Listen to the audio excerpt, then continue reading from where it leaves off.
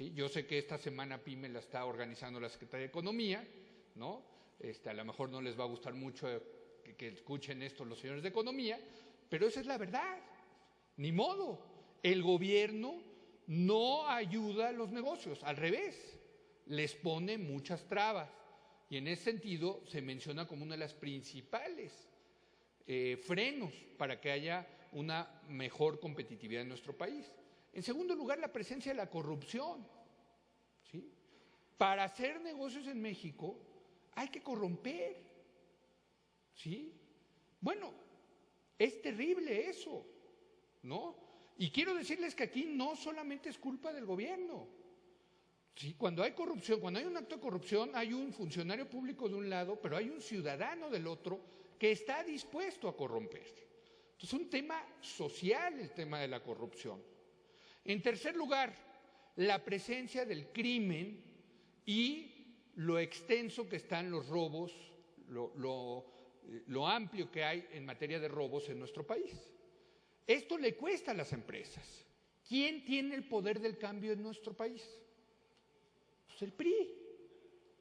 Y eso es lo primero que está chueco en nuestro sistema político. Que el poder del cambio lo tenga la oposición. ¿Por qué la oposición tiene incentivos la oposición para darle los cambios al presidente que requiere el país? Bueno, la respuesta es, pues solo un poquito. ¿Y a qué me refiero? El PRI, que ganó en las pasadas elecciones intermedias del 2009, el PRI cree que va a ganar en el 2012, ¿sí? La presidencia. Están convencidos de que regresa. Ya fueron a medir los muebles a Los Pinos, ya se repartieron 3 veces el gabinete, ¿no? Ya. Ahora, ellos no quieren recibir un país que esté en ruinas, no quieren recibir la casa cayéndose a pedazos, ¿sí? Entonces, le tienen que dar ciertos cambios al presidente, pero no muchos, porque si le dan muchos, entonces la economía vuelve a crecer, se genera un buen ambiente económico y eso es hacerle el caldo gordo al PAN. ¿Se dan cuenta? Entonces, el PRI tiene un dilema, darle un poquito de oxígeno al PAN, pero no mucho. O sea, como que mantener ahí al paciente, ¿no?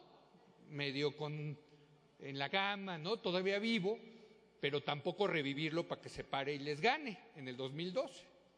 ¿Sí? Ese es el dilema del PRI. El PRI tiene que darle algo de cambios al PAN, pero no muchos, ¿sí? Ahora, fíjense también lo que puede ocurrir.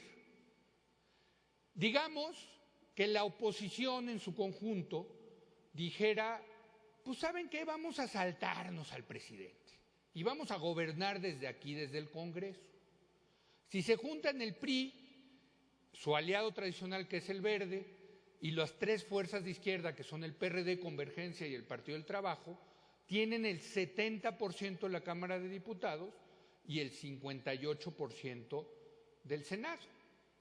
Entonces, ¿qué puede ocurrir? Digamos que el PRI, la izquierda, las 3 fuerzas de izquierda y el Verde dicen, adiós presidente, adiós PAN, nosotros vamos a hacer las cosas que nosotros queremos, los cambios que queremos para el país. ¿Qué ocurriría? Tienen los votos suficientes para pasarlo en la Cámara de Diputados. Tienen los votos suficientes para pasarlo en el Senado.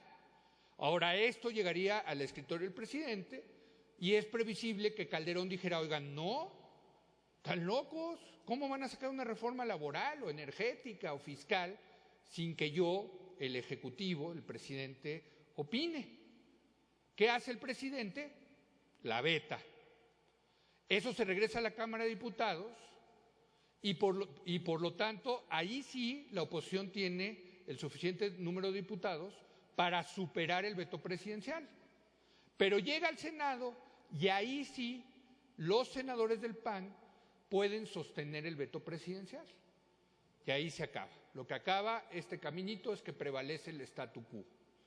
Conclusión, el poder del cambio lo tiene el PRI, pero el PAN tiene el poder de bloquear. En este país no se puede moverle una coma a ninguna ley a menos de que el presidente y los senadores del PAN estén de acuerdo, ¿sí? Ese es, digamos, lo torcido que está nuestro sistema, porque el poder de cambiar lo tiene la oposición del PRI y el poder de bloquear lo tiene el partido gobernante, ¿sí? Yo creo que estos incentivos están chuecos. Yo creo que al revés, el gobierno debería de tener el poder del cambio y la oposición el poder de bloquear. Si no, estamos al revés. Y cuando los incentivos políticos están chuecos de esta forma, por las reglas políticas que tiene el país, pues acabamos con gobiernos débiles que son incapaces de resolver los problemas que tiene el país. ¿Cuál es el problema, yo creo, estructural que tenemos en México? Que desde 1997 y sobre todo a partir del 2000, con la alternancia, hemos producido en México gobiernos débiles, ¿sí? Gobiernos que no tienen los votos en el Congreso y que no van a aspirar a tener los votos en el Congreso para hacer ningún cambio, ¿sí? Ahora, yo no estoy diciendo, y me adelanto, de que regresemos al sistema anterior autoritario donde los presidentes eran todos poderosos. Yo creo que dentro de la democracia se pueden cambiar ciertas reglas para alinear los incentivos y para que los gobiernos sí tengan gobiernos fuertes. Entonces, primera respuesta, ¿por qué no cambiamos para tener una mejor competitividad? Por la presencia de gobiernos débiles. Pero hay un segundo factor que quisiera explicarles, que es el de los grupos de interés. Miren, la verdad es que en México hay muchos grupos que son beneficiarios de que las cosas no cambien, ¿sí? Hay ganadores del statu quo en muchos sentidos. El hecho de que no haya una verdadera reforma en el sector de telecomunicaciones para que haya más competencia, tiene un beneficiario que tiene nombre y apellido. Se llama Carlos. No me acuerdo cómo se apellida, pero se llama Carlos. Bueno, el hecho de que no haya una verdadera reforma energética tiene un beneficiario, que es el sindicato de los trabajadores de Pemex. El hecho de que no haya una verdadera reforma educativa tiene un beneficiario, que es el sindicato de maestros. Y sobre todo el liderazgo del Bester Gordillo, ¿sí? Entonces, si ustedes le rascan a dónde debería de haber cambios en nuestro país, van a encontrar grupos que son beneficiarios de que no haya cambios.